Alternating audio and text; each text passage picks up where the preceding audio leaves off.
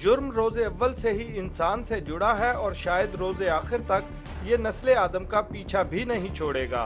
यही वजह है कि दुनिया में कोई भी ऐसा मुल्क या खित्ता नहीं जहां जुर्म सरजद ना होता हो।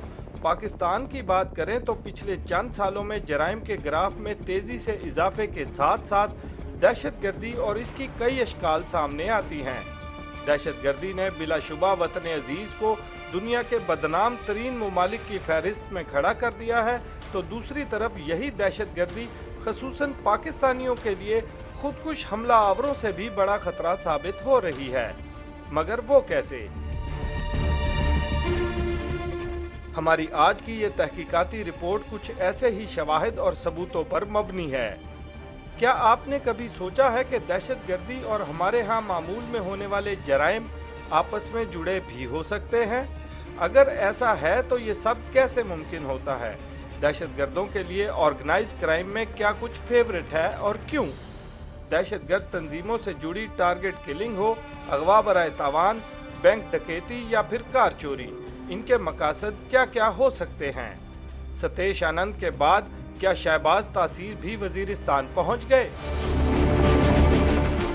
अंडरवर्ल्ड और तालिबानाइजेशन के मिलाप पर मबनी इस तफ्तीश के दौरान हम आपको मुल्क के एक ऐसे कस्बे में भी ले जाएंगे जहां दहशतगर्दों ने तावान के रेट फिक्स कर दिए हैं।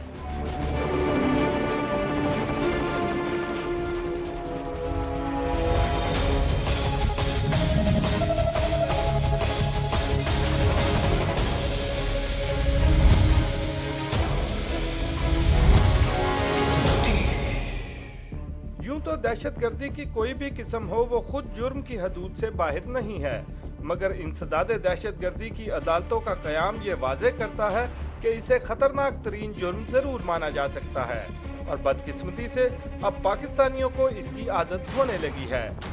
इसीलिए तो हमारे इर्द गिर्द होने वाले बड़े बड़े जराइम को अब मीडिया तक भी ज्यादा लिफ्ट नहीं कराता, जबकि पुलिस और तफ्तीशी अफसरान इसे अपने नुक्ता नजर में ही समोए हुए हैं। ऑर्डिनरी क्रिमिनल जो आपका प्रॉपर्टी ऑफेंस में है जी, उसका बेसिक प्रॉब्लम ये है कि ये एक नशे की तरह है। जो कार चोर है वो कार चोरी करता ही रहेगा बार बार, जो डकैत है वो डाका मारता ही रहेगा। ये उनका मतलब जिंदा रहने का यही तरीका है। जराइम का एक इनमें लिंक इस्टेब्लिश हो चुका है। कुछ क्रिमिनल गैंग्स हु भी अब in the name of Talibanisation बल्कि उनके साथ मिलकर ये क्राइम्स कमिट कर रहे हैं। पुलिस के बड़े अफसरों से लेकर अवाम तक ये तासुर पाया जाता है कि दहशतगर्दी और ऑर्गेनाइज क्राइम रेल की पटड़ी की मानंद साथ साथ चलते हैं, मगर अपनी इस तफ्तीश में हम आपको जुर्म की इसी पटड़ी पर उस कांटे तक ले जाएंगे जहां आप इनका मिलाप भी देख सकेंगे।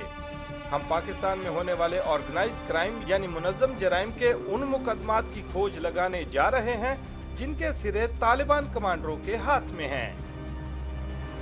दे आर ऑर्गेनाइज्ड पीपल और डेफिनेटली मुख्तलिफ एरियाज़ में उनके सेल्स जो कि सेमी एक्टिव सेल्स जो है वो ऑपरेट कर रहे होते हैं। आई एम श्योर मुख्तलिफ जगहों पे हैं, उसमें बैंड ऑर्गेनाइजेशंस की भी उसमें इन्वॉल्वमेंट होती है। उसमें कुछ इंडिविजुअल्स फ्रीलांस वो लोग भी उनको सपोर्ट कर रहे होते हैं और they are in secret links with the terrorist organisations.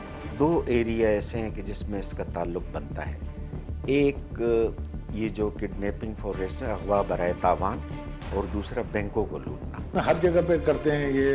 अंदरूनी सिंध में इनको पेट्रोल पंपों को लूट लेते हैं, बैंकों को लूट लेते हैं। कोई बड़ा आदमी देखते हैं तो उसको किडनैप कर लेते हैं। ये पेट्रोल पंप, ये जो ऑयल टैंकर हैं उनको लूट लेते हैं। वैसे तो पाकिस्तान के गली कूचों, बाजारों और घरों तक में रोजाना सैकड़ों की तादाद में होने वाली वारदातें एक मामूल हैं।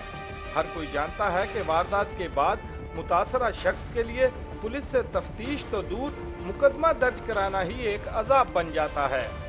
ऐसे में हमारी पुलिस दहशतगर्दों से जुड़ी वारदातों की तफ्तीश में कितनी दिलचस्पी रखती होगी, इसका अंदाजा अफसरान को हो न हो आपको जरूर होगा। हमारी रिसोर्सेज नहीं है, हमारे थानों को बजट ही नहीं मिलता, जिसकी वजह से बहुत सारी बातें खड़ी होती है। बिस्मा मुराद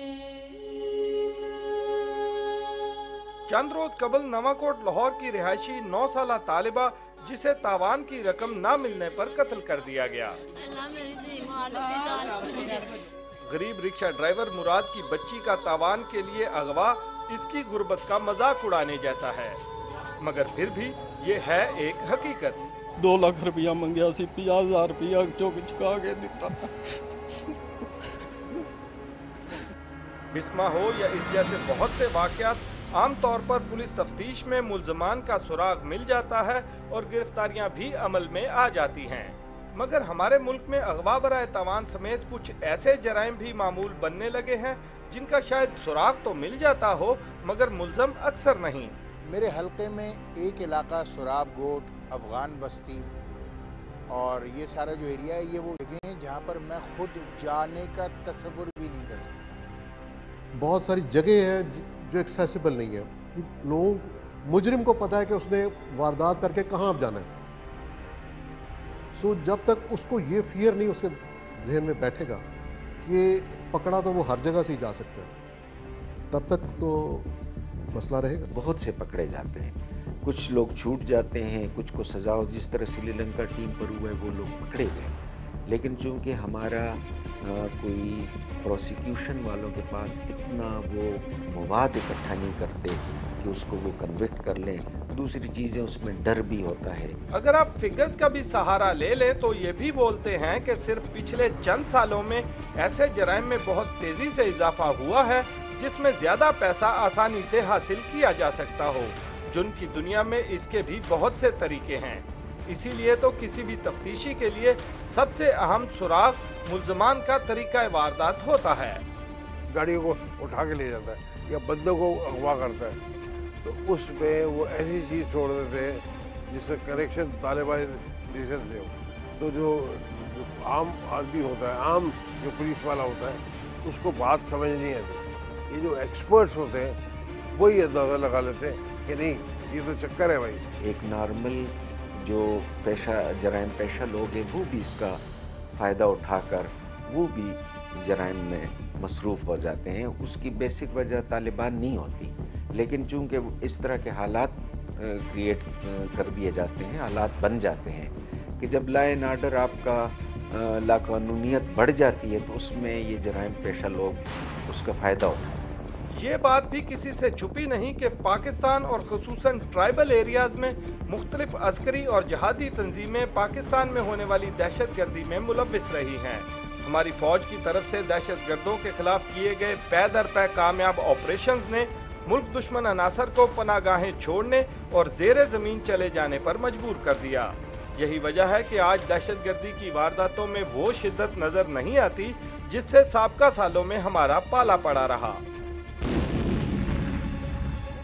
जब भी कुछ होता है ना, पहला हमारा दिमाग उधर जाता है कि भाई ये तालिबानाइजेशन के चक्कर में हो गया कुछ। तो जब हमारी कंसंट्रेशन ही गलत तरफ हो जाए तो फिर हम इन्वेस्टिगेटिव रिपोर्टिंग या इन्वेस्टिगेटिव कैसे एक्शन लेंगे कि हमें पहले ही से शक में डाल देते हैं। जब तक कि सोसाइटी डिसाइड नहीं करेगी कि हमने इसको रोकना है, उस वक्त तक नहीं रोक सकता।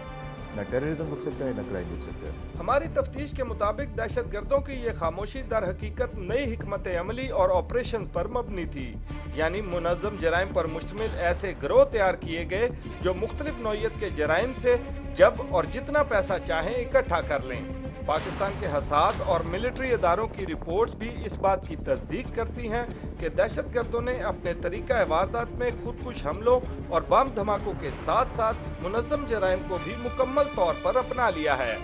इस तरह वो पैसा इकट्ठा करने के साथ साथ अवाम में बेचैनी और खौफ को भी हवा दे सकते हैं।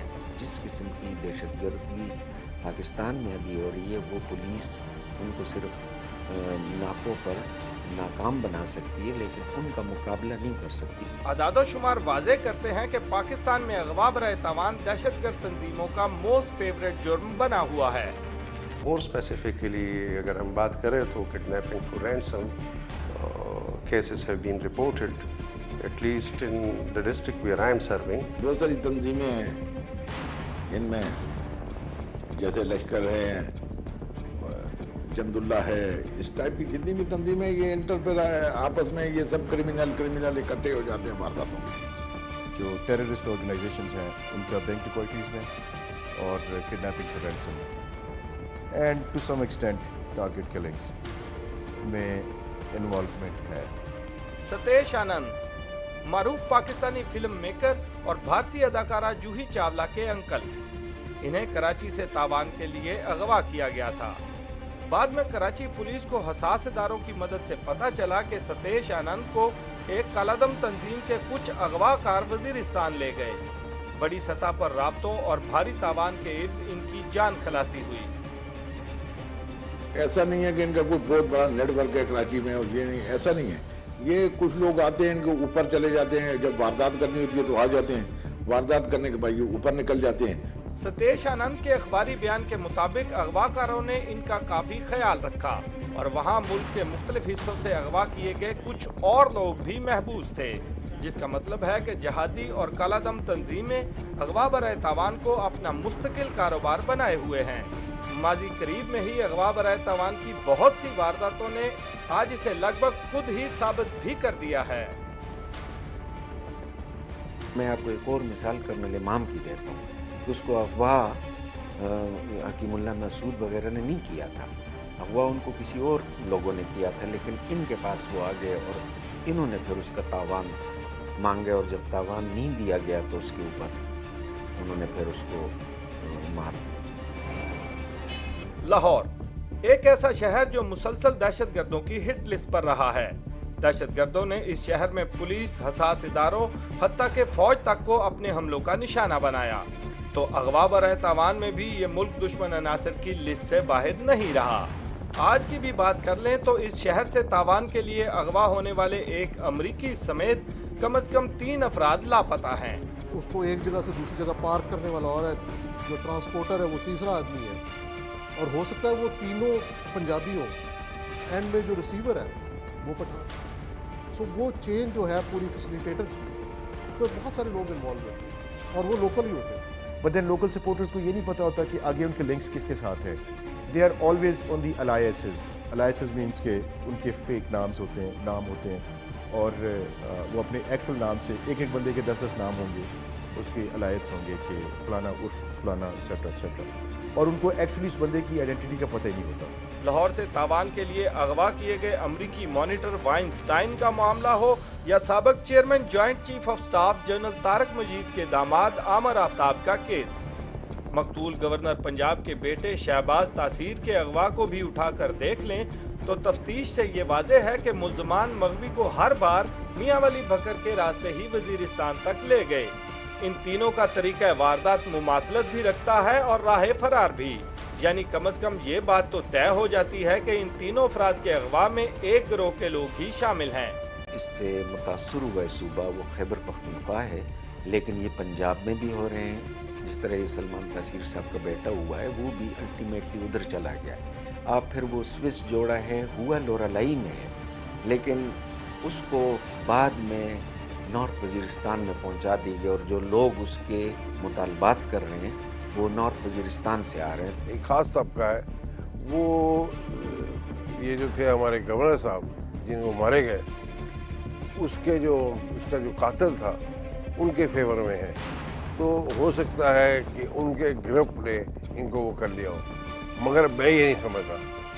حساس اداروں کی رپورٹس اور پولیس کی تفتیش میں اغوا کاروں کا تعلق کالعدم تحریک طالبان سے جڑے کالعدم لشکر جنگوی کے ایک گروہ سے بتایا جا رہا ہے۔